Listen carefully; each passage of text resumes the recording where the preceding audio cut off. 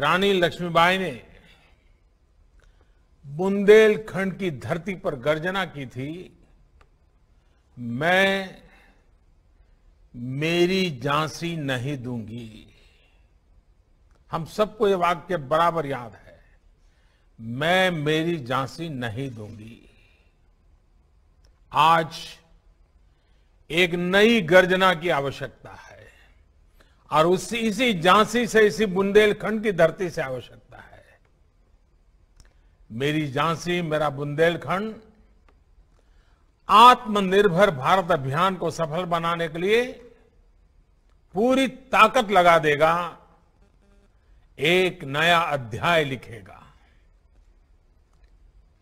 इसमें बहुत बड़ी भूमिका कृषि की है, एग्रीकल्चर की है।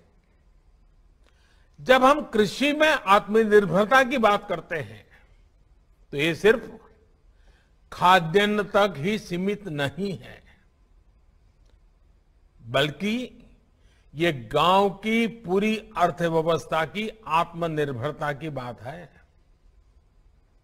ये देश के अलग अलग हिस्सों में खेती से पैदा होने वाले उत्पादों में वैल्यू एडिशन करके देश और दुनिया के बाजारों में पहुंचाने का मिशन है।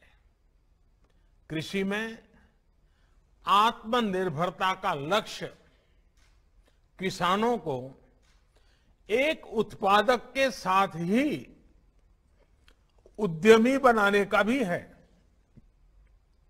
जब किसान और खेती उद्योग की भांति आगे बढ़ेगी तो बड़े स्तर पर गांव में और गांव के पास ही रोजगार और स्वरोजगार के अवसर तैयार होने वाले हैं। साथियों, इस समय और जब हम इस संकल्प के साथ ही हाल में कृषि से जुड़े ऐतिहासिक रिफॉर्म्स ये सरकार लगातार कर रही है, कई रिफॉर्म्स किए गए हैं। भारत में किसान को बंदिशों में जकड़ने वाली कानूनी व्यवस्थाएं, मंडी कानून जैसा और आवश्यक वस्तु कानून, इन सब में बहुत बड़ा सुधार किया गया है।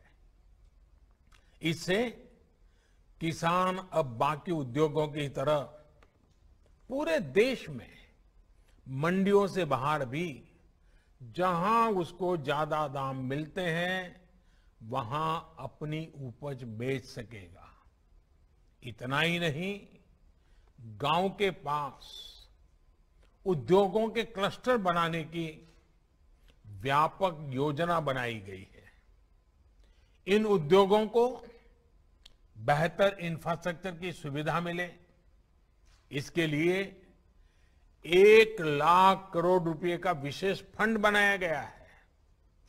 इस फंड के माध्यम से हमारे कृषि उत्पादक संघ, हमारे एफपीओज अब भंडारण से जुड़ा आधुनिक इंफ्रास्ट्रक्चर भी तैयार कर पाएंगे और प्रोसेसिंग से जुड़े उद्योग भी लगा पाएंगे। इससे कृषि क्षेत्र में पढ़ाई करने वाले युवाओं और उनके सभी साथी, इन सबको नए अवसर मिलेंगे, नए स्टार्टअप्स के लिए रास्ते बनेंगे।